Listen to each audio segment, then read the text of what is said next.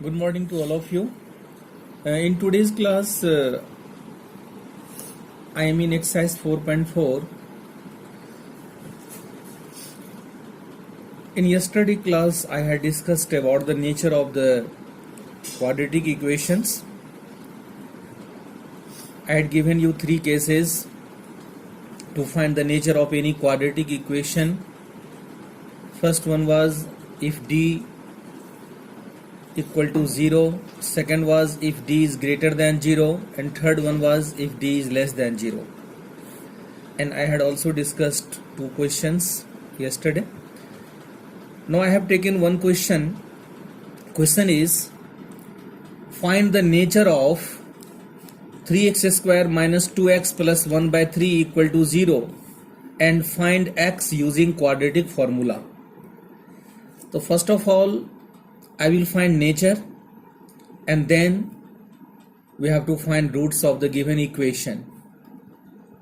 But equation is not given in usual form, so I will make it in usual. So I will take 3 as LCM. So this will be 9x square, this will be 6x, and this is 1 equal to 0.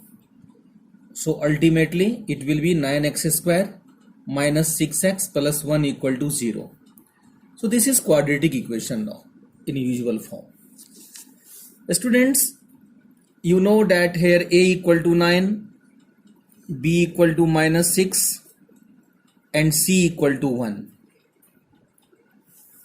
Firstly, I have to find nature, so we have to find d here, d for discriminant. Its formula is b square minus 4ac. You all know. b is minus 6. 4 into a is 9 and c is 1. Minus 6 square is 36. Minus 9 4 are 36. Its result is 0. So what you have seen here, d equal to 0. So what is the nature of the given equation? So if d equal to 0, then nature will be, that means roots will be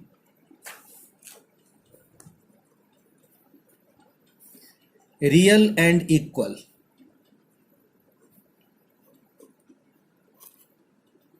जो इस equation का roots होगा वह real होगा, यानी निकलेगा, लेकिन equal roots होगा. दोनों रूट्स जो अल्फा और बीटा होगा वो इक्वल होगा, जो मैं आपको दिखाऊंगा. तो this was nature, roots will be real and equal. अब ये रूट्स कैसे फाइंड करेंगे, तो हमने लिखा हूं क्वाड्रेटिक फॉर्मूला से. तो मैं डी निकाल चुका हूं यहां पे, डी इक्वल टू 0. तो using quadratic formula x equal to minus B plus minus root D, या रूट डी के बदले हम बी स्क्वायर माइनस 4ac भी लिख सकते हैं, लेकिन हमने शॉर्ट फॉर्म में बोला था कि बी स्क्वायर माइनस 4ac को आप डी भी लिख सकते हैं, because B square minus 4ac and D both are equal. अब यहाँ पे माइनस बी का वैल्यू दिया हुआ है यहाँ, minus 6 plus minus under root 0, क्योंकि d का वैल्यू 0 आया है, अपॉन में 2 इंटू ए का value 9. x equal to minus minus plus and the square root of 0 is 0 upon में 18. हमने आपको बताया था एक बार हम प्लस वैल्यू और एक बार माइनस वैल्यू लेते हैं. अल्फा में प्लस वैल्यू लेते हैं तो 6 प्लस 0 अपॉन में 18, दैट इज 6 अपॉन में 18, 1 अपॉन में 3. और जब बीटा लेंगे तो यहाँ पे प्लस के बदले माइनस लिखेंगे, लेकिन इससे वैल्यू पे कोई इफेक्ट नहीं पड़ेगा. 6 अपॉन 18 ही होगा, जिसका वैल्यू 1/3 होगा. तो स्टूडेंट्स, आपने क्या देखा कि यहाँ पे अल्फा और बीटा दोनों सेम आया. अल्फा और बीटा दोनों सेम. तो हमने आपको बताया था नेचर में कि जब किसी भी इक्वेशन का डी 0 होता है तो उसका जो रूट्स होता है वो रियल एंड इक्वल होता है. तो therefore x has to values and both are same, so 1/3 and 1/3. This is the required solution of the given equation. तो आपने क्या देखा कि आपने नेचर कैसे निकलता है वो देखा, और x का वैल्यू कैसे फाइंड होता है आपने उस चीज को देखा क्वाड्रेटिक फॉर्मूला से। अब हम एक क्वेश्चन लेते हैं स्टूडेंट्स एक्सरसाइज 4.4 से। एक्सरसाइज 4.4 का क्वेश्चन नंबर 2 का एक पार्ट लेता हूं। ये बहुत ही इंपॉर्टेंट क्वेश्चन है, ऐसा क्वेश्चन हमेशा एग्जाम में आता है। क्वेश्चन में कह रहा है कि फाइंड के if the following equation has two equal roots. If the following equation has two equal roots. तो इक्वेशन है 2x² plus kx plus 3 equal to 0। First part है 2 का फर्स्ट पार्ट। तो दिस इज क्वाड्रेटिक इक्वेशन। यहां पे k unknown है जिसका value निकालना है, बट कंडीशन दिया है कि this equation has two equal roots. तो यहां पे सबसे पहले हम लोग ABC फाइंड कर लेंगे। a इक्वल टू 2, b का वैल्यू अननोन है k एंड c इज 3। तो फॉर टू इक्वल रूट्स आपको पता है दो इक्वल रूट्स के लिए d शुड बी 0। दो इक्वल रूट्स के लिए d का वैल्यू 0 होना चाहिए। तो दैट मीन्स d का फॉर्मूला हम पुट कर देते हैं b² minus 4ac, that should be 0। अब हम वैल्यू पुट करेंगे, b का value k minus 4 into a का वैल्यू 2, c का value 3 equal to 0। k² minus 4 2 जा 8, 8 3 जा 24 इक्वल टू 0। अब हम माइनस 24 को उधर ले जाएंगे, प्लस 24 होगा। k का वैल्यू निकालेंगे, प्लस माइनस अंडर रूट। आपको पता है जब स्क्वायर हटाते हैं तो रूट जाता है RHS साइड में और वो प्लस माइनस के साथ होता है। अब हम इसका प्राइम फैक्टर से रूट 24 को सिंप्लीफाई करेंगे, तो 2 इंटू 2 इंटू 2 इंटू 3, डबल 2 का सिंगल 2 और 3 2 जा 6 रूट के अंदर हो जाएगा। तो देयरफॉर k का वैल्यू जो होगा वो प्लस माइनस 2 रूट 6 होगा। तो this is the unknown k that you can find very easily. Now I am taking question 2 second part also. kx into x minus 2 plus 6 equal to 0। यहाँ भी k का value मुझे find करना है equal roots के लिए। इससे पहले वाला क्वेश्चन भी सेम इसी टाइप का था। तो यहाँ पे सबसे पहले हम इसको क्वाड्रेटिक इक्वेशन के फॉर्म में ले जाता हूँ, because this is not given in quadratic equation form. तो kx को x से मल्टीप्लाई करेंगे हम, kx² होगा। kx को माइनस 2 से मल्टीप्लाई करेंगे, माइनस 2kx होगा, और plus 6 equal to 0। Now this is in usual form. अब यहाँ पे हम a का वैल्यू निकाल लेते हैं k, b का value minus 2k and c equal to 6। For equal roots condition जो है वो इक्वल रूट्स का है। तो for equal roots you know d equal to 0। किसी भी दो इक्वल रूट्स के लिए d का वैल्यू 0 होता है, यानी b² minus 4ac equal to 0। अब हम वैल्यू पुट कर देंगे, b का वैल्यू दिया है माइनस 2k, इसका स्क्वायर करेंगे, माइनस 4 इंटू a का वैल्यू दिया हुआ है k और c का वैल्यू दिया है 6 and that should be 0। Minus 2k का स्क्वायर करेंगे तो 4k² होगा, माइनस 6 4 जा 24k इक्वल टू 0। अब हम इन दोनों टर्म्स में 4k को कॉमन ले सकते हैं, तो यहाँ पे k लेफ्ट करेगा और यहाँ पे 6। तो दो फैक्टर हो गया इसका, एक हो गया 4k, दूसरा हो गया k माइनस 6। तो if 4k equal to 0 then k equal to 0। यदि हम 4k को 0 करता हूं तो k का वैल्यू 0/4 यानी 0 हो जाएगा। और दूसरा फैक्टर है k माइनस 6। यदि मैं k माइनस 6 को 0 करता हूं तो k का वैल्यू 6 होता है। Therefore k equal to 0 and 6, but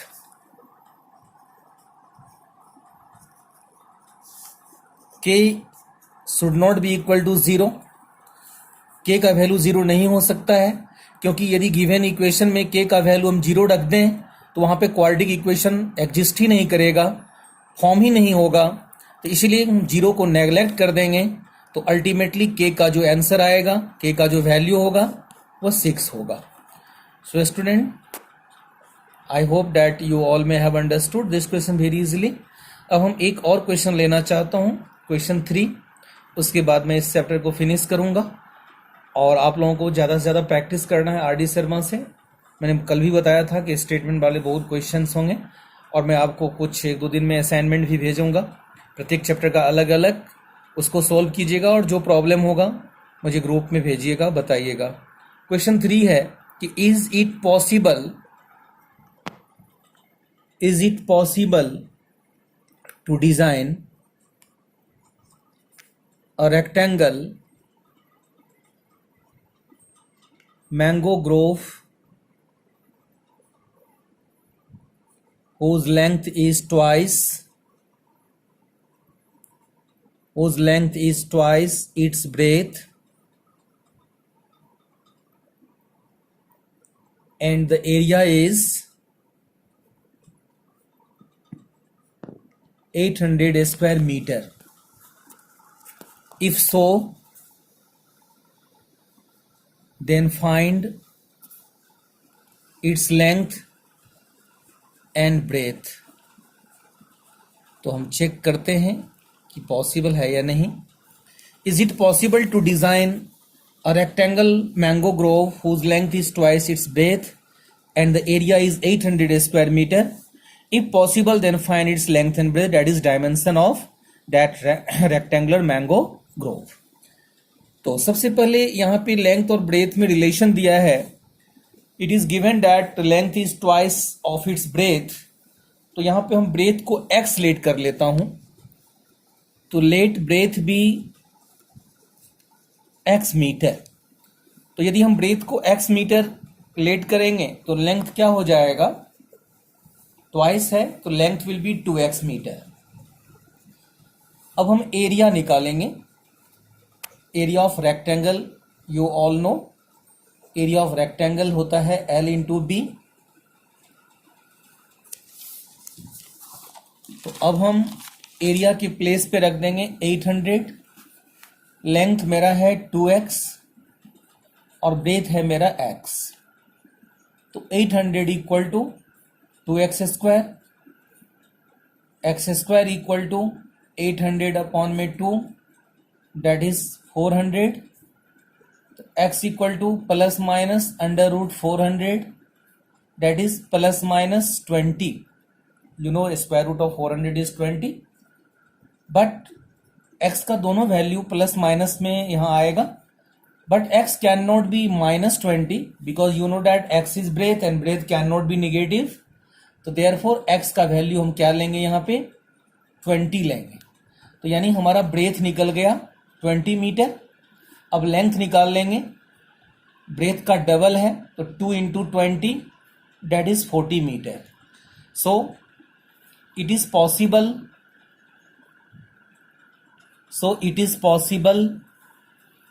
to design a rectangular mango Grove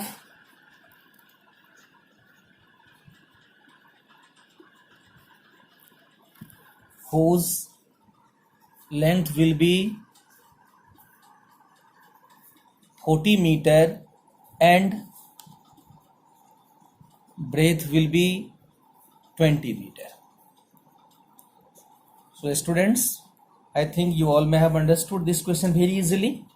इस क्वेश्चन में हमको चेक करना था क्या ये रेक्टेंगुलर डिजाइन बन सकता है। तो आपने देखा कि यहाँ लेंथ और ब्रेथ इजिली फाइंड हो गया। लेंथ डबल है ब्रेथ का, तो ब्रेथ 20 और लेंथ 40 आया, तो हम इसको इजीली डिजाइन कर सकते हैं। हमने रिलेशन लिया, सबसे पहले ब्रेथ को x मान के लेंथ निकाला 2x, एरिया ऑफ रेक्टेंगल में मैंने इसको पुट किया, फिर x का वैल्यू आया, x जो आया वो ब्रेथ हुआ, उसको डबल कर दिए तो लेंथ निकल गया। Now students, here I have taken one more question, then I will finish this chapter. This question is on page number 84 NCERT, example 11. Question is, find two consecutive odd positive integers, sum of whose squares is 290. two consecutive odd integers and that should be positive. तो सबसे पहले शायद आप लोगों को पता भी होगा कंजिक्यूटिव क्या चीज होता है, ये चीज आप लोगों को पता होगा। यदि आपसे कोई 1 का कंजिक्यूटिव पूछे तो आप 2 बोलिएगा, 2 का कंजिक्यूटिव 3, एक के बाद दूसरा। यदि आपसे कोई 99 का कंजिक्यूटिव पूछे तो 100। तो यदि मैं फर्स्ट इंटीजर्स को x मान लेंगे तो उसका जो नेक्स्ट कंजिक्यूटिव होगा वो होगा x+1, बट यहां पे दिया है कि वह इंटीजर ऑड होना चाहिए। तो जब आप फर्स्ट ऑड नंबर को x लीड करेंगे तो उसकी बाद वाला जो ऑड आएगा वो 1 ऐड करने से नहीं होगा, क्योंकि 1 ऐड करने से कभी ऑड नहीं होता है। एग्जाम्पल, यदि आप पहला ऑड नंबर 1 लेते हैं तो दूसरा ऑड नंबर निकालने के लिए आपको 2 ऐड करना होगा, यानी 1 + 2 3। उसी तरह यदि मैं फर्स्ट पॉजिटिव ऑड इंटीजर को x लेट करूंगा तो उसके बाद वाला जो पॉजिटिव ऑड इंटीजर होगा वो x+2 होगा। तो यहां पे हम सबसे पहले let the first odd integer odd positive integer be x, therefore its consecutive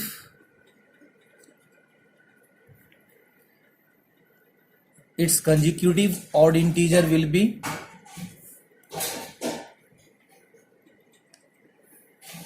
x+2। यदि हम पहला इंटीजर x माने हैं तो उसके बाद का जो ऑड इंटीजर होगा वो x+2 से आएगा, 1 से नहीं आएगा। 1 से उसका कंजिक्यूटिव इंटीजर आ सकता है, लेकिन नेक्स्ट ऑड लाने के लिए हमको 2 ऐड करना होगा। उसी तरह नेक्स्ट इवन लाने के लिए यदि ऐसा इस ऑड के बदले इवन होता तब भी यदि x मानते हम फर्स्ट इवन को तो उसके बाद का जो इवन होगा वो x+2 ही होगा। तो ऐसे क्वेश्चन में हमेशा 2 ऐड करेंगे नेक्स्ट ऑड नंबर लाने के लिए।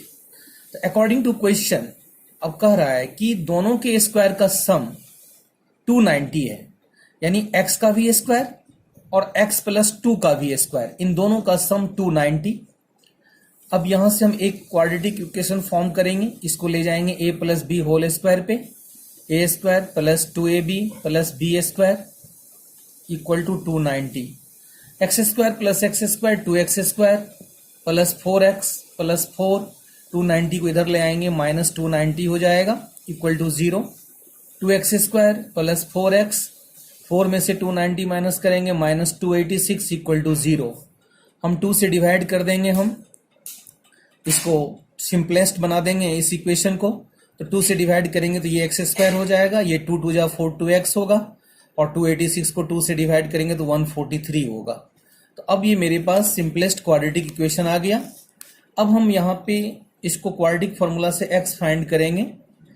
तो here a equal to 1, b equal to 2 and c equal to -143। ABC निकाल लिया।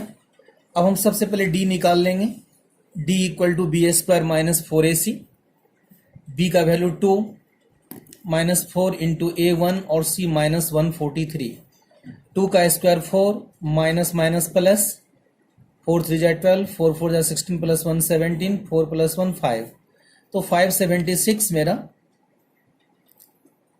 d का वैल्यू आया। तो √d का वैल्यू क्या हो जाएगा, क्योंकि फॉर्मूला में √d का यूज होगा, तो √576, तो 576 का अंडर रूट निकालिएगा तो ये 24 होगा। तो अब हम क्वाड्रेटिक फॉर्मूला लगा देता हूं, x equal to -b plus minus √d upon में 2a। तो -b का वैल्यू दिया हुआ है 2, -2 प्लस माइनस √d का वैल्यू हमने डायरेक्ट निकाल लिया हूं 24 अपॉन में 2 इंटू a का वैल्यू 1, तो this is -2 plus minus 24 upon में 2। अब हम अल्फा में प्लस वैल्यू बोलेंगे, तो alpha equal to -2 plus 24 upon में 2, 24 में से 2 माइनस होगा 22 अपॉन में 2 दैट इज 11। और जो बीटा वैल्यू लेंगे हम तो -2 माइनस 24 लेंगे, तो -26/2 -13। तो x का दो वैल्यू आया 11 और -13, but x can not B negative because x को मैंने पॉजिटिव लेट किया हूं, तो x can not B -13, therefore I have to take x equal to 11. Thus first odd positive integer is 11 and second इसका जो consecutive होगा 11 plus 2 13. So 11 and 13 are the two consecutive odd integers whose sum of whose squares is 290. So I am giving you, so this chapter has been finished today. Homework is exercise 4.1 to 4.4. Now in the next class I will start a new chapter, statistics, and then after finishing statistics I will revise thoroughly from chapter 1 to all. So today's homework is 4.1 to 4.4 in fair copy you have to do.